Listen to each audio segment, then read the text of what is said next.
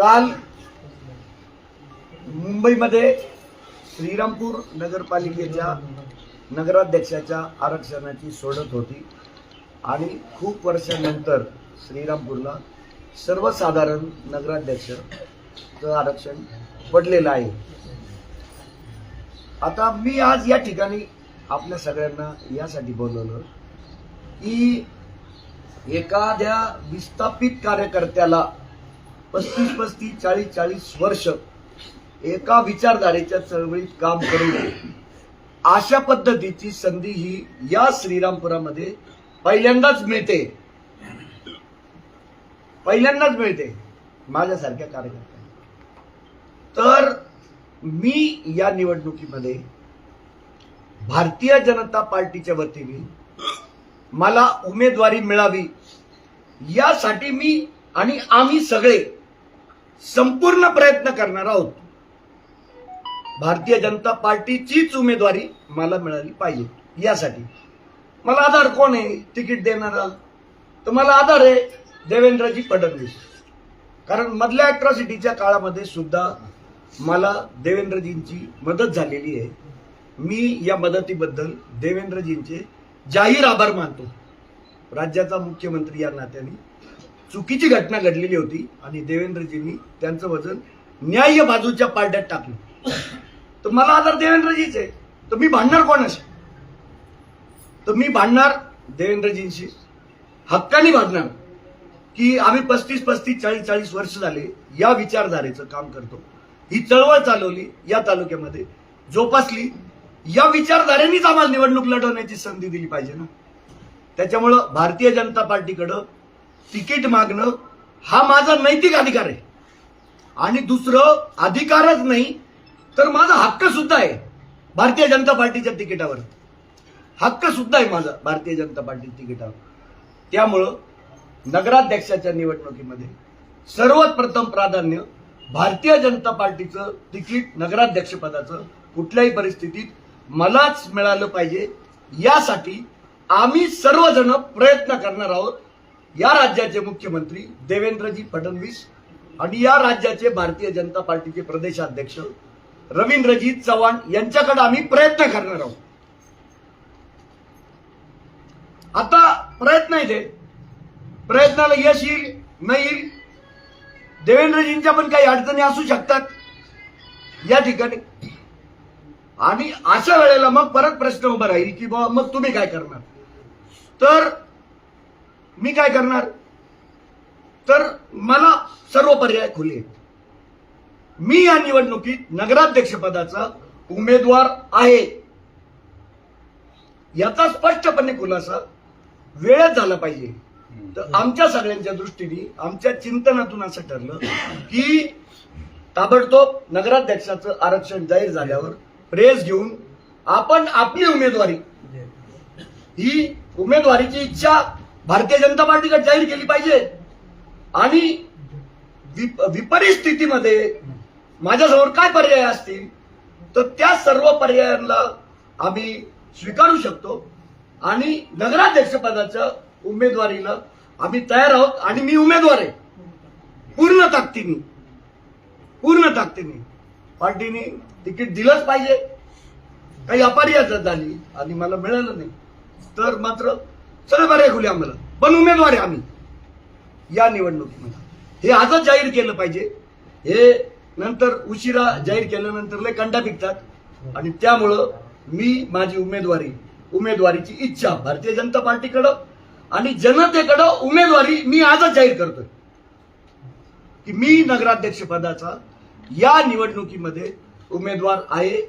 पक्षानेच मला तिकीट दिलं पाहिजे कारण कमळ आमचं आहे, हे कमळ आमचं आहे।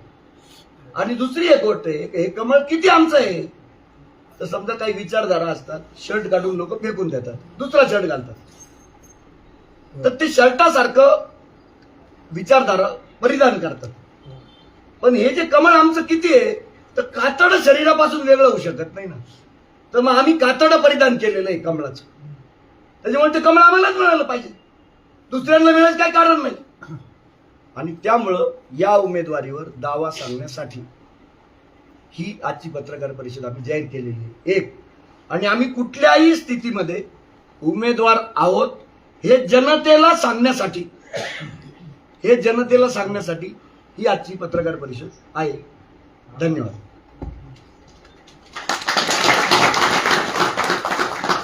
बोला. अण्णा, तुम्ही स्वतः उमेदवारी करणार आहात का वहिनी उमेदवार असणार? एक भूमिका नाही ठरल ना अजून ते. म्हणजे आता कसं आहे, आमचं जे चिंतन बैठक आहे आमची, तर आमच्या चिंतन बैठकीमध्ये हे ठरलंय की आपल्याला उमेदवारी करायची. हा. अच्छा, मी तो हा. आणि कुणाला निवडणूक सोपी आहे याच्यावर पण चिंतन होईल ना. हे आता आजपासून प्रचार आमचा सुरू झाला. आम्ही आता जनतेत जाणार, लोकांना भेटणार, लोकांचा कानोसा घेणार आणि मग परत चिंतन बैठक बसणार आमची. दोघांपैकी तुमच्यात एक उमेदवार हा, एक उमेदवार असणार. दोघांपैकी एक उमेदवार असणार. हा, आम्ही बसू चिंतन बैठकीत, शेवटी निर्णय होईल, तो जाहीरच होईल, सगळ्यांना दिसेलच. तो नाही दिलं तर सांगितलं ना, सगळे पर्याय खुले. उमेदवार आहोत आम्ही. हा, निवडणूक आम्ही कुठल्याही परिस्थितीत लढवणारच. आम्ही या निवडणुकीत उमेदवार आहोत. तुम्ही आता सीएमचं आणि प्रदेश अध्यक्षाचं नाव घेतलं, पालकमंत्र्यांकडे वगैरे काय यासाठी प्रयत्न केला? आम्ही दोघांना भेटणार ना. हे बघा, पालकमंत्र्यांकडे राज्याचे मुख्यमंत्री आणि भारतीय जनता पार्टीचा महाराष्ट्र राज्याचा कुटुंब प्रमुख या नात्याने आम्ही देवेंद्रजींना भेटणार. आम्ही त्यांच्याकडं उमेदवारीची मागणी करणार, आग्रही मागणी करणार. एक, आणि रवींद्र चव्हाण प्रदेशाध्यक्ष. म्हणजे पालकमंत्री निर्णय घेणार इथला जिल्ह्याचा वगैरे.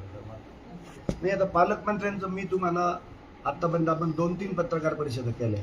प्रत्येक परिषदेमध्ये मी तुम्हाला असं सांगितलं की माननीय नामदार राधाकृष्णजी विखे पाटील यांना माझ्याबद्दल विशेष प्रेम आहे आणि अनेक घटनांमधून ते तुमच्या सगळ्यांच्या समोर आलेलं आहे की आम्ही 35 वर्ष एक मागणी लावून धरली छत्रपती शिवाजी महाराजांच्या पुतळ्याची. तो फक्त प्रकाशचित्ते म्हणतो म्हणून आणि मुस्लिमांचं लांबून चालन करायचं म्हणून ती जागा बदलली. तर हे प्रेम कळालंच ना. माझ्यावर अॅट्रॉसिटीचा गुन्हा दाखल केला. हा तर नामदारांच्या परवानगीशिवाय किंवा त्यांच्या संमतीशिवाय किंवा त्यांच्या प्रयत्नाशिवाय तर नाही दाखल झाला ना. मग आता काय भेटायचं त्यांना? त्यांचं प्रेम सर्वश्रुत आहे माझ्याबद्दल. त्यांना काय भेटायचं? भेटणं अवघड आहे, ते मला भेट पण देणार नाही. त्यामुळे नामदारांना भेटणं अवघड आहे. आणि जिथं स्पष्टपणे अशी चर्चा झाली की प्रकाश, मला तुझी कार्यपद्धती मान्य नाही, तुला भारतीय जनता पार्टीमध्ये काही फ्युचर नाही, तू जर तुझी कार्यपद्धती बदलली नाही. त्यामुळे मग एवढं स्पष्ट जिथं चर्चा झालेली आहे तिथं अपेक्षा नाही ना आता काही मला त्यांच्याकडून. आणि मी माझी कार्यपद्धती, माझा स्वभाव, चळवळ ही बदलू नाही शकत. समजा अतिक्रमणं काढली श्रीरामपूर शहरातली, सारीच 1,500 अतिक्रमणं काढून टाकली. आता अख्खी अतिक्रमणं काढून टाकल्यानंतर मी भूमिकाच घ्यायची नाही असं त्यांचं म्हणणं आहे. तुम्ही मला श्रीरामपूर शहरात सगळे रहिवासी आहे, रहिवासी म्हणून सांगा, भूमिका घ्यायला पाहिजे का नाही घ्यायला पाहिजे. वरवंटाच फिरला 2,000 लोकांच्या प्रपंचावर आणि मी भूमिका घ्यायची नाही अशी त्यांची अपेक्षा आहे. कार्यपद्धती बदलली पाहिजे याचा अर्थ काय? तुम्ही लई अगेन्स्ट मुस्लिम भूमिका घेता, ती घेऊ नका. मला एक गोष्ट फार सांगायची आज, एक प्रासंगिक आहे या पत्रकार परिषदेत, त्याचा काही संबंध नाही, परंतु संघाचं संचलन सूर्यमुखी हनुमान मंदिरापासून या स्टेडियम पासून निघालं, परंतु जामा मशिदीच्या चौकामध्ये 100 मुस्लिमांनी या राष्ट्रीय स्वयंसेवक संघाच्या संचलनाचं स्वागत केलं. मी त्या साऱ्या मुस्लिम बांधवांचं मनापासून धन्यवाद व्यक्त करतो, त्यांचं अभिनंदन करतो. कारण ही अत्यंत महाराष्ट्रातली दखल घेणारी घटना आहे. ती देशात आणि राज्यात भाजपच्या विरोधात फार अँटी वातावरण आहे मुस्लिमांमध्ये. अशा स्थितीमध्ये 100 मुस्लिम समाजाच्या लोकांनी रस्त्यावर येऊन राष्ट्रीय स्वयंसेवक संघाच्या संचलनावर फुलं उधळली. ते 100 लोक बहिष्कृत होऊ शकतात मुस्लिम समाजामधून. त्यांनी मौलाना होते, त्यांनी हिंमत केली त्यांनी आणि विरुद्ध विचारधारेचं स्वागत केलं. यांनी श्रीरामपूरचं सौहार्दाचं वातावरण याच्यात बदल होऊ शकतो. आणि याचं हे जे आपल्याला आपण काय म्हणतो फॅब्रिक्स, काय सोशल फॅब्रिक्स, हे याचं जास्त चांगल्या पद्धतीने होऊ शकतं, त्यांनी हिंमत दिली. अण्णा, गेल्या नगरपालिकेच्या निवडणुकांमध्ये जिल्ह्यात आपण पाहिलं, नगर जिल्ह्यात आपण पाहिलं की विजय वाडणेसारखे जे भाजपचे संघाचे कार्यकर्ते होते त्यांनी स्वतंत्र उमेदवारी केली. त्यांच्या विरोधात भाजपच्या वतीने फडणवीसांची सुद्धा सभा झाली होती, परंतु त्यांनी काही माघार घेतली नाही तरी पण. आणि फडणवीसांच्या नंतर त्यांनी स्वतःची तिथं कोपरगावात सभा घेतली, त्यांना रिझल्ट आले. तर मग हे कुठं तुमच्या मनात आहे का असं हे जे काही घडलं होतं कोपरगावसारखं? पण आपण उभा राहणारच आहे ना. आणि म्हणजे समोर नेत्यांनी सभा घेऊन सुद्धा त्यांनी उमेदवारी कायम ठेवली होती. फडणवीसांची सभा कोपरगाव झाली होती. आपण उमेदवारी कायमच ठेवणार. फडणवीस तुम्हाला मदत करतात, तुम्ही समजा फडणवीस तुम्हाला फार आग्रह केला थांबाच म्हणून तुमच्यावर नाही, pressure ऐका, आणलं ऐका, तर एक मिनिटं. मी अत्यंत नम्रपणे या ठिकाणी सांगतो की शिर्डी साईबाबा संस्थांच्या विश्वस्त मंडळाला माझं नाव जाहीर झालेलं होतं. प्रदेशाध्यक्ष रावसाहेबजी दानवे यांनी मला पर्सनली सांगितलं होतं. मला राज्यातल्या मोठ्या नेत्यांचे अभिनंदनाचे फोन आले होते, पण माझं नाव अंतिम विश्वस्त मंडळाच्या यादीत आलं नाही. हा पक्षाने माझ्यावर केलेला अन्याय आहे. 2 जिल्हाध्यक्षाच्या विषयामध्ये अनेक वेळा गट कारस्थानातून माझ्यासह माझ्याबरोबर काम करणारे माझ्या एवढ्याच ताकदीचे प्रत्येक तालुक्यात लोक आहेत. या 3-4 लोकांवर प्रचंड अन्याय झाला आणि त्यांना जिल्हाध्यक्षाचं पद सुद्धा दिलं गेलं नाही. पण आम्ही काही बोललो नाही. काय आलं लक्षात? आणि त्यामुळं आता आम्हाला पक्षातून कोणी विनंती करेल तुम्ही बसा असं मला नाही वाटत. विनंती करेल मला असं मला वाटत नाही. आणि अशी विनंती सुद्धा आमच्या संघटनेवर अत्याचार आहे अशी विनंती सुद्धा, हे काय प्रकार आहे? मग भारतीय जनता पार्टी आमचा बाप आहे, आम्हाला भाजपनी जोपासलं. पण ज्या संघाने आम्हाला जन्माला घातलं त्या संघाने काँग्रेसवाले बोकांडी घेण्यासाठी तर नाही ना आम्हाला जन्माला घातलं. तेव्हा तुम्ही एवढं काम वाढवा की सगळे काँग्रेसवाले बोकांडी घ्या आणि त्यांनाच नगराध्यक्ष करा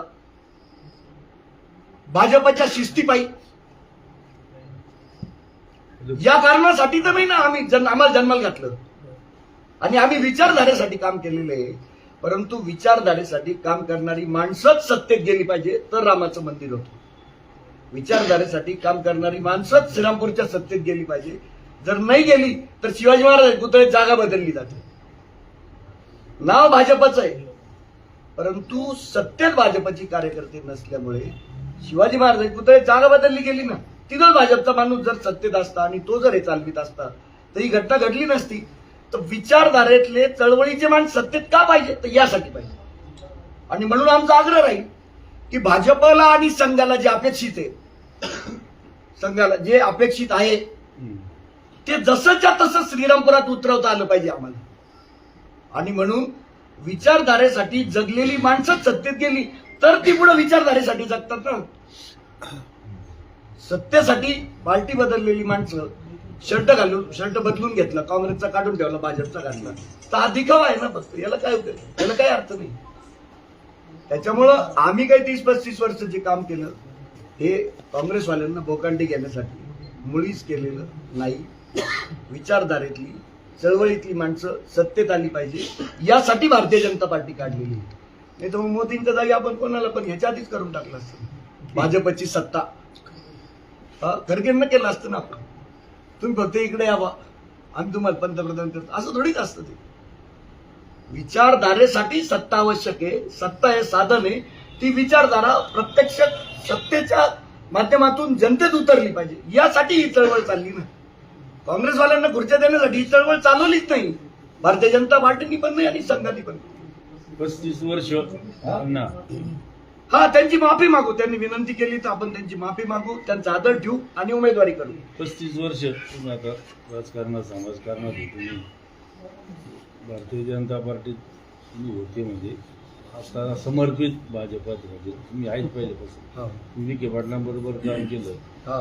कारखान्याच्या माध्यमातून मुरकुटेबरोबरही काम केलंय, मागच्या वेळेस अधिकांबरोबर काम केलं. ही 2-3 जे नाव आहे प्रस्थापित श्रीरामपूर तालुक्यातील राजकारणी, या सर्वांचा तुम्हाला एवढा कडाडून विरोध काय? असं आहे की विस्थापित माणसाला जर सत्ता मिळाली, समजा तुम्ही बघा नरेंद्र मोदींना सत्ता मिळाली, तर नरेंद्र मोदींना घराचं महत्व माहिती आहे ना. कुडा कामटाच घरात राहिले ना ते, चहा विकला कुडा कामटाच घरात राहील, तर त्या घराचं किती महत्व आहे हे त्यांनी जाणलेलं होतं. सत्तेत आल्यानंतर त्यांनी लगेच घरं दिली 22 कोटी लोकांना. सत्तेत आल्यानंतर बाई रात्री संडासला जाती, रस्त्याच्या कडेला बाया बसलेल्या असतात. ग्रामीण भागामध्ये संडासच्या कडेला, रस्त्याच्या कडेला हागणदारी असते रात्रीची. ही जमिनीवरच्या माणसाला माहिती आहे ना की बाईला काय त्रास होतो. दिवसभर ती संडास कोंडून धरते आणि रात्री जाते, आणि रात्री मोटरसायकलवर लाईटवर एखादा माणूस जातो, त्या बाया तशाच बसलेल्या, ते भांडत ते डब्बा तसाच, आणि ती बाई उभी राहते, संडास करताना. हे ग्रामीण भागाशी जनतेशी संपर्क असलेला माणूसच हे दुःख जाणू शकतो. आणि म्हणून मग मोदी सत्तेत बसल्यावर पहिल्या स्वातंत्र्य दिनाच्या कार्यक्रमात पंतप्रधानांनी लाल किल्ल्यावर काय घोषणा केली, तर 100% भारत हा मी शौचालय हागणदारी मुक्त, आणि प्रत्येक घरात मी संडास देणार. म्हणजे संडासचं जे कॉकपीट आहे हे सुद्धा, संडासचं कॉकपीट जे आहे हे सुद्धा त्यांनी स्वतः बांधतानाचे व्हिडिओ व्हायरल केले फडणवीस आपल्या मोदी साहेबांनी. तर खाली चळवळीतला जो माणूस आहे, तर चळवळीतला माणूस जर सत्तेत बसला तर तो लवकर खाली उतरणार नाही.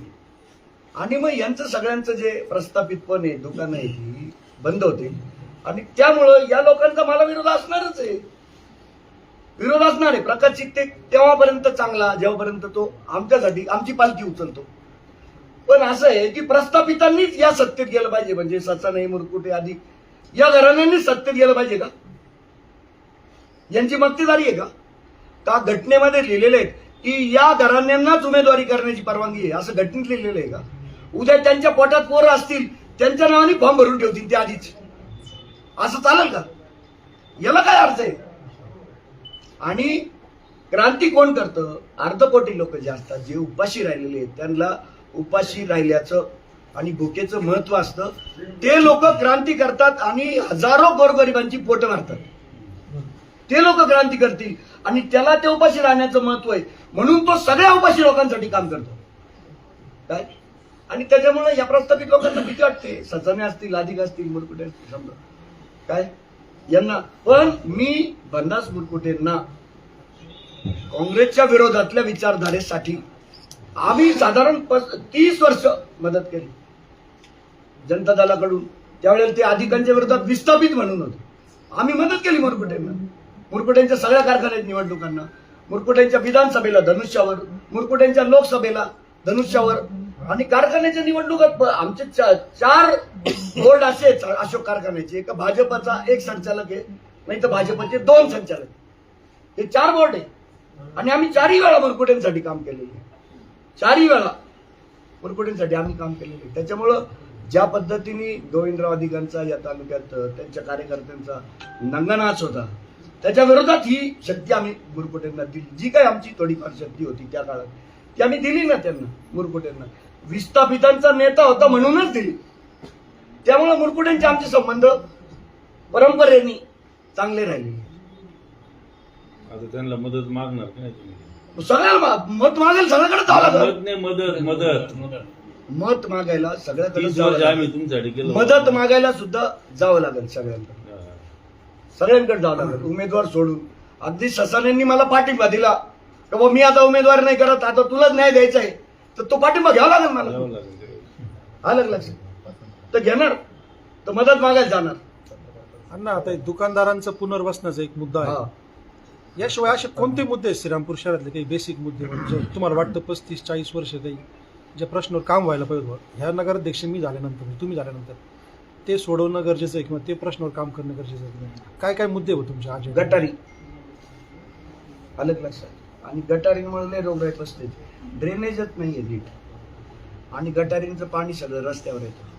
त्याच्यानंतर हे जे रस्ते आहेत ना, इंटरनल आतले रस्ते सुद्धा हे RCC झाले पाहिजे. RCC डांबरीकरण काय माहितीये का, डांबरीकरणाचं इथपासून इथपर्यंत म्हणजे आगेंच्या घरापासून तर तो अशोक टॉकीज पर्यंत आणि अशोक टॉकीज पासून आगेंच्या घरांपर्यंत वर्णन बदललं का 2 बिलं निघतात त्याच रस्त्याची आणि काम एकदाच झालेलं असतं. तर ती एकदा RCC झालं ना म्हणजे बिलाचा विषय संपून जाईल आणि पूर्ण शहर RCC करता येईल आणि ते एक 30-40 वर्ष तरी ते रस्ते टिकतील. गटारींचं काम फार महत्वाचं आहे. संडासचं पाणी त्या ड्रेनेजमध्ये गेलं पाहिजे, वास येतो मोठ्या प्रमाणावर. त्याच्यानंतर हे जे बोगदे आहेत श्रीरामपूरमध्ये, तर हा बोगदा आहे समोरचा, तर हा समोरचा बोगदा समोरच्या रोडला कनेक्ट करत नाही. इकडून येणाऱ्या गाड्या आणि इकडून जाणाऱ्या गाड्या या दोन्ही समोरासमोर येतात. तर हा बोगदा खालून भुयार काढून त्या रोडला जॉईंट करायचा. समजा समोर ते अंबर हॉटेल आहे, त्यांनी स्टे घेतलेला आहे, त्याच्यामुळं मग ते तो असा समोर करता आला नाही, तर तो असा भुयार काढून समोर टाकून द्यायचा. म्हणजे इकडून येणाऱ्या गाड्या तिकडे जातील आणि इकडून येणाऱ्या गाड्या स्लॅब टाकून वरती काढायला, म्हणजे सरळ या पद्धतीने जाईल. पण खूप विषय आहेत या ठिकाणी आणि या टपरीवाल्यांचं पुनर्वसन झालंच पाहिजे. म्हणजे या नवीन नगराध्यक्ष ही निवडणूक त्या मुद्द्याभोवती होईल असं वाटतं. पुनर्वसन, दुकानदारांचं पुनर्वसन हा मुद्दा हा निवडणुकीत प्रामुख्याने राहील. मग असं आहे, 2000 दुकानं एका रात्रीत काढून टाकले. 8 ते 10 हजार किती हजार? कुटुंबांचा लोकांचा विषय. हा, हेच दुकानदार गावात पेठेमध्ये खरेदी करत होते. एक चहावाला आहे, त्याच्याकडे पैसे आले का तो किराणा दुकानात जाईल, चप्पल घेईल, कपडे घेईल, सोनं घेईल, तो पेठ चालवतो ना. ती 5-7 फुटाची जागा त्यांना हा. allot करायला पाहिजे असतो. तर असं आहे की याचा पेठेवर परिणाम आला आणि पेठेत मंदी आलेली आहे हे दुकान काढले म्हणून. तर या ठिकाणी या लोकांचं 5-5 फुटाची जागा देऊन पुनर्वसन कुठल्याही परिस्थितीत झालंच पाहिजे. आम्ही पहिल्या 100 दिवसात ते पुनर्वसन करू. पहिल्या 100 दिवसात या सगळ्या दुकानदाराचं आम्ही पुनर्वसन करू. एक आता ही जे टपऱ्यावाले काढण्याची जी डिप्लोमसी आहे ती तुम्ही लक्षात घ्या. शिर्डीमध्ये विखे सत्तेत आले, शिर्डीत गेले, शिर्डी साफ. मग 2-3 वर्ष चक्कर मारायचं काम चाललं. साहेब टपऱ्या देणार आहे, साहेब दुकानं देणार आहे, साहेब टपऱ्या देणार आहे, साहेब दुकान देणार आहे. पुरे अख्खे थकून गेले लोक. मग 2-2.5-3 वर्षांनी राधाकृष्ण विखे कॉम्प्लेक्स काढला. तो जो त्रिकोण होता शिर्डीतला, तो त्रिकोण, या त्रिकोणातली लोक हळूहळू त्या दुकानांमध्ये वसवले. म्हणजे केव्हा वसवायचे, जेव्हा आपलं दुकान होईल ही आशा संपून जाईल त्याची, तेव्हा ते वसवायचे. मग वसवले म्हणजे साहेबांनी केलेले उपकार त्यांच्या लक्षात राहतो आणि मग तो माणूस साहेबाचा होतो. आलं का लक्षात? ही डिप्लोमसी आहे अतिक्रमणाची, दुसरी काही डिप्लोमसी नाही. अख्ख्या भारतभर, अख्ख्या नगर जिल्ह्यात कुठं अशा कारवाया झाल्या नाही ज्या श्रीरामपुरात झाल्या काय. आणि मग त्या लगेच फक्त श्रीरामपुरातच असं काय झालं. तर हे लोकांनी आमच्या दारात आलं पाहिजे, लोणी चक्र मारले पाहिजे आणि मग आम्ही तुमचं पुनर्वसन करू. सत्तेचा गैरवापर हा असा आहे. दुसरी एक गोष्ट घटना सांगतो मी शिर्डीतली. शिर्डीमध्ये माळीवाले लोक आहेत, माळी विकतात. आलेल्या लोकांना हातात माळी असतात, माळीवाले लोक आहेत. हे सगळे राजस्थानी लोक आहेत माळीवाले. आता बाबू पुरोहित त्यावेळेला करता माणूस होता जनसंघाचा, राष्ट्रीय स्वयंसेवक संघ जे स्वयंसेवक होते शिर्डीमध्ये, एकदम करता माणूस होता. ते बाबूकडे गेले सगळे माळीवाले, तर काहीतरी आमच्या घराची व्यवस्था लावा. मग बाबू पुरोहितांनी त्या सगळ्या लोकांची व्यवस्था लावली आणि घरं करून दिली. त्या ठिकाणी सरकारी जागा असेल तिथे सगळं घरं वसून दिली. ही साधारण संख्या 200 असेल. किती? 200. आता नामदार विखे पाटील सत्तेत आले. आत्ता काही महिन्यापूर्वी शिर्डीत कारवाई झाली. त्याच्यासोबत एक कब्रस्तान आणि मुस्लिम वस्ती आहे, त्या वस्तीला हात नाही लागला. पण बाबूंनी वसवलेल्या वस्तीमध्ये बाबूला मानणारे, बाबू पुरोहितांना मानणारे लोक जास्त आहेत. आणि हे लोक पुढे संघाचे सगळे स्वयंसेवक झाले, कट्टर. हे पुढे संघाचे स्वयंसेवक झाले. या संघाच्या स्वयंसेवकांच्या फक्त बाबू पुरोहितांना मानतो म्हणून अख्खे घर काढून टाकली. माळीवाल्यांची अख्खे घर काढून टाकले. भारतीय जनता पार्टीच्या विचारधारेचं सरकार असताना शिर्डीतल्या संघाच्या स्वयंसेवकांची 200 घरं काढून टाकली. फक्त बाबू पुरोहितांवर राग म्हणून 200 घरं काढून टाकली. त्याच्याही पुढे तुम्हाला मी सांगतो, इरिगेशनची पाटाच्या कडेची कारवाई झाली. गुलमर्ग पासून नॉर्दर्न ब्रँच पर्यंत दुकानं काढून टाकली. आता त्यांनी का काढली तेवढी, त्याच्या पुढच्या कारवाया का नाही केल्या इरिगेशनवरच्या मला माहित नाही. पण तिथं विकेंडचे जे समर्थक आहेत लाभार्थी लोक, ते लोक असं सांगतात की संजय यादव प्रकाश चित्ते बरोबर राहतो, यादवचं दुकान काढायचं म्हणून ती दुकानं काढून टाकली. फक्त यादव बरोबर दुश्मनी का, तर तो 35 वर्षापूर्वी भारतीय जनता पार्टीचं काम करत होता माझ्यासोबत, आज पण माझ्यासोबतच आहे. आणि म्हणून म्हणजे आम्ही भाजपचं काम करताना आमची एवढीच चूक झाली की नामदार विखे पाटील काँग्रेसमध्ये होते आणि आम्ही ज्या दिवशी भाजपचं काम सुरू केलं त्या दिवशी आम्ही त्यांची परवानगी घ्यायला पाहिजे होती, आम्ही भाजपचं काम करावं नाही करावं. एवढी आमची चूक आहे. त्यांना न विचारता आम्ही भाजपच्या कामाला लागलो ते काँग्रेसमध्ये असताना. म्हणजे तुम्ही संजय यादवचं दुकान फक्त त्याच्या दुकान काढण्यासाठी सारे दुकान काढून टाकले का? तर हा अत्याचार आहे भाजपच्या कार्यकर्त्यांवर. भाजपची सत्ता असताना हे भयानक आहे. रस्त्यावर चांभार बसेल ना, रस्त्यावर चांभार, त्याला सुद्धा विचारायला यापुढच्या काळात लोणीला जावं लागणार आहे. ते म्हणले तर चांभार रस्त्यावर बसल, आणि ते नाही म्हणले तर बसणार नाही. ते म्हणले तर चांभार रस्त्यावर बसल, नाही तर बसणार नाही. आणि मग जो भूमिका घेईल त्यांच्या विरोधात त्याच्यावर लगेच अॅट्रॉसिटी दाखल होईल, त्याला जेलात जावं लागेल. काय चूप बैठ नाही तो खान काटूंगा असं होईल. अजून एक मुद्दा असा आहे, समजा तुम्ही भाजपात नाही, पण भाजपात इथं 4 गट आहेत. हा त्या गटात कोणाचा तुम्ही संपर्क केला तुमच्याशी कोणी काल? बरं का, नावं नका सांगू आम्हाला. मी भाजपमध्ये नाही, या गोष्टीवर माझा विश्वास नाही. मला कोणी काढलेलं आहे? विखे जनता पार्टीतून मला काढलेलं आहे. भारतीय जनता पार्टीतून मला काढलेलं नाही. अलग लक्षात. आम्ही राज्यात प्रमुख आम्हाला भेटतो, प्रदेशाध्यक्ष आम्हाला भेटतात, न्याय देतात, आम्हाला अपेक्षा आहे. आम्हाला काढलेलं नाही पक्षातून. विखे जनता पार्टीने आम्हाला काढलेलं. नगर जिल्ह्यात काय आहे, विखेंचे लोक आम्हाला असं सांगतात की साहेबांनी दिल्लीतून जिल्ह्याची भाजप तोडून घेतलेली आहे उक्ती. तर नगर जिल्ह्यात सर्व साहेब म्हणतील तसंच उक्त तोडून घेतलेलं आहे म्हणा. ही भारतीय जनता पार्टी आहे. इथं समिती खाली, गाव समिती, वार्ड समिती, मंडलाध्यक्ष, तालुकाध्यक्ष, जिल्हाध्यक्ष, प्रदेशाध्यक्ष, राष्ट्रीय अध्यक्ष, अशी उतरंड आहे. 5-7 स्टेप आहेत या. तर याच्यातले यांनी गाव समिती, मंडल समिती, तालुका समिती, प्रदेश समिती हे डायरेक्ट भाट्यावर आणले. 4 स्टेप कट करून टाकले डायरेक्ट राष्ट्रीय. ते डायरेक्ट आमचं, त्यांचं काँग्रेसमध्ये असंच व्हायचं. अहमद पटेलशी संबंध ठेवायचे, खाली बाळासाहेब थोरात पासून सारे फाट्यावर आणायचे. ते तसं इथं करायचं पाऊर आहे.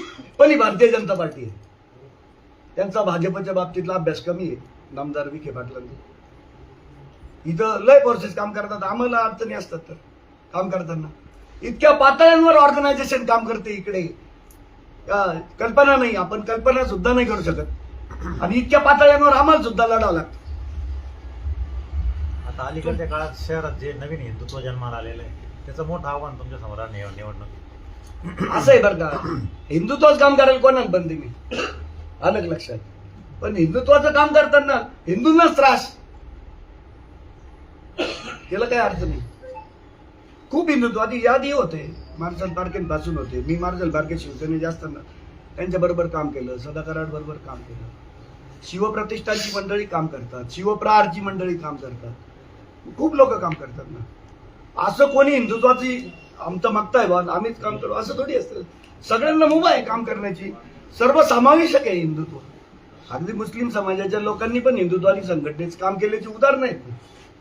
कोणी पण काम करतं. अजून एक विषय असा आहे विधानसभेला जर हिंदुत्ववादी मताचं विभाजन होऊन काँग्रेसचं सीट आलं, आता सुद्धा हिंदुत्ववादी विचाराची किंमत 3-4 उमेदवार उभे राहतील असं आहे. दुसरीकडे अंजुम शेख यांना एक उमेदवारी देण्याच्या गाठत आहे. मुस्लिम समाजाचे नाही म्हटलं तरी 16-17 हजार मतदार आहे. 22-17 हजार आहे. समजा काय 1,000 इकडे तिकडे होईल असं. तर उद्या पुन्हा 4 हिंदुत्ववादी उमेदवार उभे राहिले आणि 1 मुस्लिम राहिला, मताचं विभाजन झालं, श्रीरामपूर नावाच्या नगरीचा नगराध्यक्ष मुस्लिम समाजाचा होऊ शकतो अशी एक चर्चा आहे. तर हे विभाजन टाळण्यासाठी कोणी तुम्ही किंवा अशी काही चर्चा होऊ शकते का साहेब? असं आहे, मागच्या वेळेला काँग्रेसचा पराभव झाला पाहिजे, जैन शासनाचा माज मोडला पाहिजे, तर तुम्ही त्याग करा. हा विचार प्रकाशित तरीच करायचा का?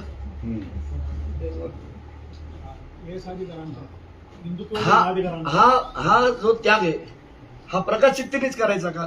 आणि मी तुम्हाला विचारतो की हा माझ्यावर अत्याचार नाही का?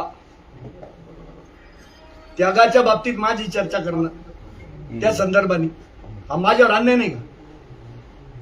तुम्ही मला सांगा की बरं, तुम्ही म्हणलं नाही अजिबात अन्याय होत नाही, पण यावेळेला तू आता माझं वय 55 नाही, 5 वर्षांनी 60 होणार आहे, मग मी कधी सत्तेत जाणार किंवा विचारधारेसाठी साधन ते मला कधी वापरायला मिळेल? तुम्ही समजा मग तुम्ही एकनिष्ठ हिंदू तुम्ही आहे, मग तुम्ही इतरांना आव्हान करताल का? सगळ्यांना आव्हान आहे माझं, त्यांना ही विभागणी नाही झाली पाहिजे. सगळ्यांना माझं आव्हान आहे, हे मत विभाजन टाळलं पाहिजे एक. आणि दुसरं, विधानसभेत सारखंच आता असं होईल असं नाहीये. याचं महत्वाचं कारण असं होतं की कांबळेंचा चेहरा हा हिंदुत्ववादी असायला पाहिजे, आलं लक्षात? आणि आम्हाला प्रचार करायला जास्त वेळ मिळायला पाहिजे होता. आम्ही 8 तारखेला पाठिंबा दिला, 18 तारखेला मतदान होतं, आम्हाला 10 दिवस मिळाले, आम्ही पाठिंबा 10 दिवस आधी द्यायला पाहिजे होतं एक. दुसरं असं की कांबळे परंपरेने काँग्रेस संस्कृतीत वाढले, त्यांचा हिंदुत्ववादी चेहरा असता किंवा आम्हाला 10 दिवस जास्त मिळाले असते किंवा एकनाथ शिंदे श्रीरामपूरला सभेला आले असते तर कांबळे कुठल्याही परिस्थितीत या विपरिस्थितीत सुद्धा आमदार झाले असते, हे मी तुम्हाला सांगतो, झालेच असते असं आहे. आणि एक गोष्ट तुम्ही लक्षात घ्या की ही जी हिंदुत्ववादी मतं लाखभर या तालुक्यात तयार झालेली आहेत, तर ही 1 दिवसात तयार झाली, 1 दिवसात, 1 तासात. तुम्ही बेलापूर पासून सुरुवात करा, श्यामजी व्यास, रखमाजी कुटे, बद्रीशेठ हारपूट, माधवराव डावरे, सुनील मुत्तांचे वडील, चंपलालजी मुत्ता, आणि काय प्रपंच उभे राहिले या लोकांचे. किराणा भरायला पैसे नव्हते. ही चळवळ श्रीरामपुरात गिरधर शेठ गुलाटी, सुभाष गुलाटी, हिरबावटी, अनंतराव अडकीकर, बाबा साठे, बाळकृष्ण पांडे, बाबूशेठ चंदन, यांची नावं माहित नाहीत लोकांना. हे काय खपले? उमाकांची कडुसकर, शशिकांतजी, हे सर किती वर्ष पहिल्यांदा शाखेत कधी गेले? 1960 साली सर शाखेत गेले. मी 3रीत असताना शाखेत गेलो. तर ही जी मतं आहे ही हिंदुत्वाची मतं आहे, या मताचं कोणी मालक नाही. ही जी मतं आहे ही हिंदुत्वाची मतं आहे, या मताचं कोणी मालक नाही. फॉर एक्झाम्पल, अमोल खताळ 1 वर्षापूर्वी भारतीय जनता पार्टीत आले आणि तालुकाध्यक्ष झाले. शिवसेनेचं तिकीट मिळालं त्या दिवशी ते शिवसेनेचे उमेदवार झाले. आपल्यासारखा पचका तिथं नव्हता. त्यांचं काही काम होतं का? खाली संघटन होतं का? अमोल खताळांचं स्वतःच होतं का? नव्हतं. पण निवडून आले ना बाळासाहेब थोरातांना पाडून. मग ही मतं अमोल खताळांची आहे का? ही मतं अमोल खताळांची नाही. तिथं सुद्धा तुम्हाला सराफांच्या घराण्यापासून शंकरलालजी जाजू, श्यामजी जाजू, राधावल्लभ कासट, सोपानराव देशमुख, कुंदन सिंग परदेशी, नेहरू चौक, चंद्रशेखर चौक, तिथले पोरं, आणि त्यांनी जे योगदान दिलं, त्यांनी ते जे दंगलीत भोगलं त्या काँग्रेसच्या सरकारच्या काळात. आणि शेवट आता जे जोरवे नाक्यावर जो मुस्लिमांनी केलेला हल्ला होता हिंदू लोकांवर, त्याच्यातून जो प्रक्षोभ निर्माण झाला, त्याचा जो आक्रोश मोर्चा निघाला, या आक्रोश मोर्चामुळे जे हिंदू मतांचं ध्रुवीकरण झालं, म्हणून बाळासाहेब थोरात पडले आणि अमोल खताळ निवडून आले. ही हिंदुत्वाची मतं आहेत. आम्ही हिंदुत्व चळवळीतच काम केलेले, ही मतं स्वाभाविक आम्हालाच कनेक्ट होणार. आम्हालाच कनेक्ट होणार. तुम्ही कांबळे आणि प्रकाश शिकते, कांबळे साहेब आणि प्रकाश शिकते यांची अशी तुलना न करू की बा असं झालं तर मग गडबड होईल म्हणून असं. आणि आम्हाला 10 दिवस आधी जरी वेळ मिळाला असता तर कांबळे साहेब आमदार झाले. आम्ही केलं तर. विधानसभेला तुम्ही म्हणता वेळ कमी पडला. आता ह्या निवडणुकीमध्ये नगरपालिकेची तुम्ही किती दिवस देणार म्हणजे पक्षाकडे उमेदवारीसाठी सुरू. आणि नंतर नाही, डिसिजन प्रचार कधी? चालू झाला, वेळ कमी आहे आम्हाला, प्रचार चालू झाला. नाही पण उमेदवारीसाठी पक्षाकडे किती दिवस तुम्ही म्हणजे किती वेळ देणार Waiting त्याला? कसलं? प्रचार चालू, प्रचार चालू, वेटिंग नाही. अल्टरनेटिव्ह समजा पक्षाने तुम्ही ठरवलं असेल ना बुवा, एवढ्या काळासाठी आपण पक्षाकडे उमेदवारी मागून चिन्ह बघू. ज्या दिवशी मिळालं नंतर दुसरा पर्याय तुम्ही ओपन ज्या करणार. दिवशी मिळालं त्या दिवशी पासून पुढे पक्षाचं मिळालं सोपं आहे, पक्षाचं नाही मिळालं अपक्ष म्हणून भरावं लागलं. वेळ कमी पडणार जे तुम्हाला. चिन्ह मिळेल ते वापरून. उमेदवारांचे फोटो लावणार आहे ना यंत्राला. ऐका ना एक मिनिट. आता मी तुम्हाला एक गोष्ट सांगतो. भारतीय जनता पार्टीमध्ये नामदार विखे पाटलांनी खूप काँग्रेसवाल्यांचे प्रवेश केले. लोक त्यांना भाजपचं मानतात का श्रीरामपुरात? नाही मानले. आणि मला विधानसभेच्या वेळेला पक्षातून काढलं तरी लोकांच्या मनातला भाजपचा चित्ते पुसला का? पुसला का? नाही पुसला. लोकांचा प्रकाश चित्ते भाजपचा आहे. मला काय चिन्ह पोहोचवायची गरज आहे? चित्ते हाच भाजप आहे. म्हणजे मी अहंकाराने नाही सांगत बरं का, अहंकाराने ही गोष्ट मी सांगत नाही. मी अत्यंत नम्रपणे सांगतो की भाजप माझ्या कातड्यासारखा हाडाशी जोडलेला आहे. हाडाचे कार्यकर्ते काय म्हणतात?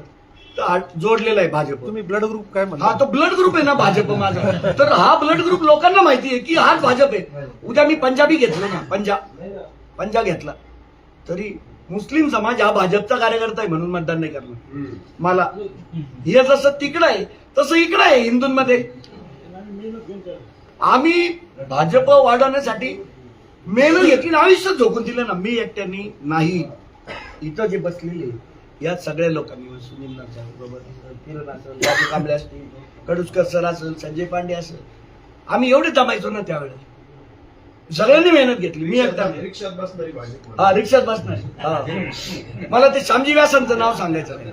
श्यामजी व्यास बेलापूरचे श्यामजी व्यासांचं नाव सांगायचं. रिक्षात बसणारी भाजप. ऐका ना, आता तुम्ही म्हणजे रिक्षात मावणारी हा ससाने म्हणायचे रिक्षात सुद्धा रिक्षात. मावणारी हा. आम्हालाच म्हणायचं त्यावेळेस. ऐका ना बाळासाहेब, आता तुम्ही नगराध्यक्षपदासाठी तुम्ही पॅनल करणार आहे का? 34 उमेदवार परिस्थितीवर तुमच्याकडे ठरव, तयार आहे. काय काय करायचं करणार ना. 34 जागेवर तुमची तयारी आहे. हा मग ते मध्ये ते बाहेरचे वगैरे याच्या गोष्टी तुम्ही बाहेरचे म्हणजे बाहेर इथं भाजपमध्ये बाहेरचे लोक आहेत आलेच ना. त्याचं काय तुम्ही ते लोकांना ते भाजपचे लोक आलेच ना. भारतीय जनता पार्टीत नामदार विखे पाटलांनी काँग्रेसवाल्यांचे प्रवेश करूनच घेतली ना. नाही. बाहेरचे ते आयात लोक तुम्ही काय बोललेत का? नितीन निंदकरबद्दल काय म्हणतो? Field officer, field officer field officer, field ऑफिसरला कोण तुम्हाला? फील्ड ऑफिसर अरे रुजावं लागतं. तुम्ही रुजणं ही प्रक्रिया लय कठीण आहे. आलं का लक्षात? हे कसं आहे माहितीये का? आर्टिफिशियल फ्लॉवर आहे हे जे फुल आहे ना, हे आर्टिफिशियल आहे. या फुलाचा सुगंध नाही. आणि भाजपची ताकद कशात आहे हे मी तुम्हाला सांगतो. भाजपची ताकद कशात आहे मी तुम्हाला सांगतो. भाजपची जी ताकद आहे ना, तर भारतीय जनता पार्टीच्या अनेक आघाड्या आणि अनेक प्रकोष्ठ आहे. झालं. संघाचे अनेक आयाम आहेत. अनेक आयामांमध्ये अनेक लोक काम करतात. त्यांची नावं पण तुम्हाला माहिती आहे. पण ते एवढं कर्मठपणे काम करतात की तो एक माणूस 100 मत जोडतो. किती? तर त्याचा सुगंध त्या 100 मतांपर्यंत पोहोचतो. तुम्हाला नाव पण माहित नसतं, पेपरात नाव येत नाही त्याचं. पण तो जो एक माणूस आहे हा सुगंधी फुल आहे, फ्लावर, सुगंधी फुल आहे. आणि संघ आणि भाजप अशा नैसर्गिक सुगंधी फुलांचा गुच्छ आहे. त्याच्यामुळे तो सुगंध सारीकडं दरवळतो. काँग्रेसमधून घेतलेले, नेवाशाहून आणलेले हा जो आर्टिफिशियल फुलांचा गुच्छ आहे, हा श्रीरामपुरातला भाजप नाही, याचा सुगंधच पसरणार नाही श्रीरामपुरात. माझा दावा आहे. तुम्ही बघा निवडणुकीनंतर. अण्णा, तुम्ही शहरापुरते मर्यादित नेते नाहीच. आज पंचायत समितीच्या सभापती पदाची सोडत आहे. तर झेडपी आणि पंचायत समितीलाही तुमचा काय स्टँड करणार ना. मग भूमिका घेणार. हीच भूमिका तिथं ग्रामीणच्या कार्यकर्त्यांना तुम्ही देणार. हो, भूमिका घेणार. तर कुठलीच निवडणूक सोडणार नाही ना आपण. झालं का काही राहिलं? संघर्ष आरपर्यंत आता भाजप शिवाय द्याल तर तुमच्यासह, न द्याल तर तुम्हाला सोडून, असं थोडक्यात आहे ना? त्या एक घटना माझी सांगायची राहील तुम्हाला. अॅट्रॉसिटी नंतर आपण पहिल्यांदाच भेटतोय.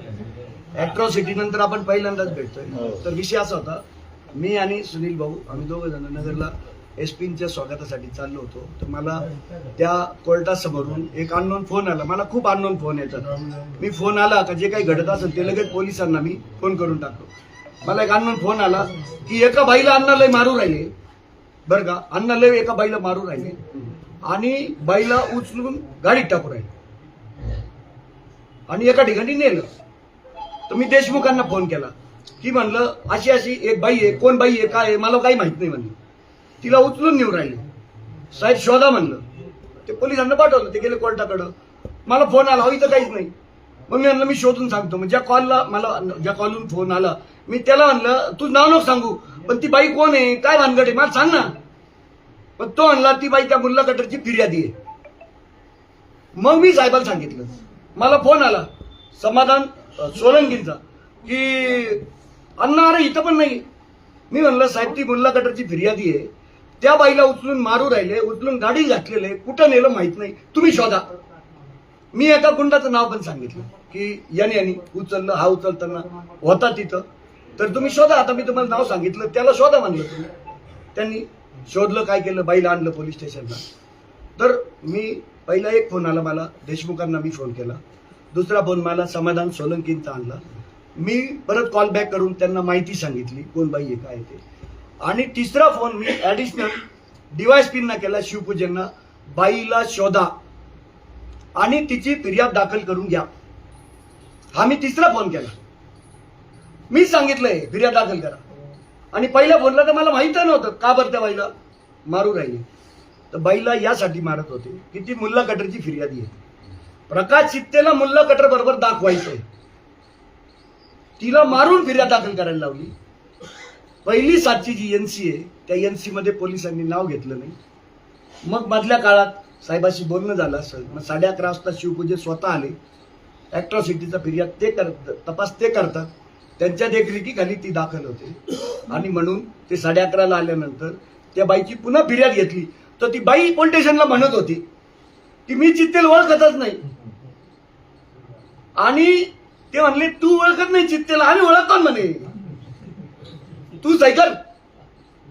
ते बाई सही घेतली आणि 1 वाजता रात्री फिर्याद माझ्यावर अॅट्रॉसिटीची अशा पद्धतीने दाखल झाली.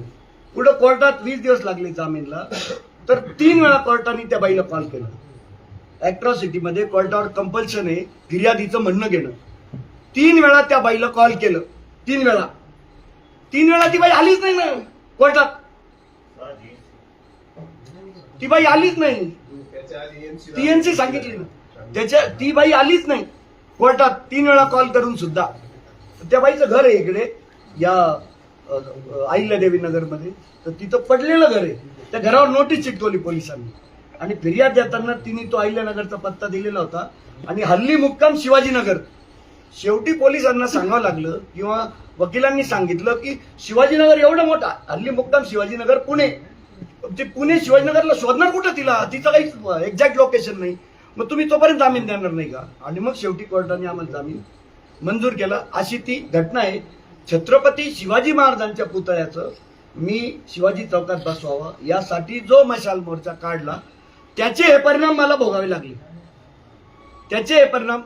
लागले. का बा मुल्ला कटरचीच फिर्यादी आणि मी तिला धमकावून राहिलो अशा पद्धतीची फिर्याद झाली. प्रत्यक्ष अशी कुठली घटनाच घडलेली नाही. कारण या बोगद्यात मी तिला दम दिला असं स्टोरी आहे. ती बाई 2 महिने श्रीरामपुरातच आली नाही. पोलीस रेकॉर्डमध्ये आले, सगळे कॉल डिटेल्स काढले तिचे. 2 महिने ती बाई श्रीरामपुरातच आली नाही. CDR काढली. 2 महिने ती बाई श्रीरामपुरातच आलेली नाही. तर असा हा विषय. तपासाची मागणी केली. मी डिटेल ह्याच्यात तुम्हाला ह्याच्यासाठी सांगत नाही नावांसह. कारण चौकशी सर्वंकष करावी अशी आम्ही मागणी मुख्यमंत्र्यांकडे केलेली आहे आणि एसपींकडे सुद्धा केलेली आहे. त्या चौकशीला काही डिस्टर्ब व्हायला नको मी जर काही खुलासा केला, म्हणून मी ते सांगत नाही. मुख्यमंत्र्यांनी काय मदत केली तुम्हाला मगाशी बोलले या प्रकरणात? जामीन झाला ना. मला कुठं अटक झाली. नाही तर पथकं सोडतात. जामीन तर न्यायालयाने हे बघा, अटक करायला पथक सोडतात का नाही? आणि पाताळातून पण माणूस पोलीस शोधून काढतात. मला शोधलं का? मला शोधलं नाही, हीच मदत आहे. हीच मदत आहे. धन्यवाद.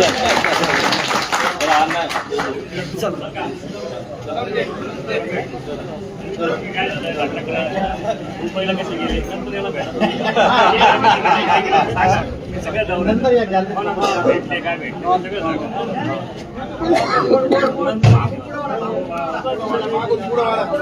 एक मिनिट लाईव्ह चाललं.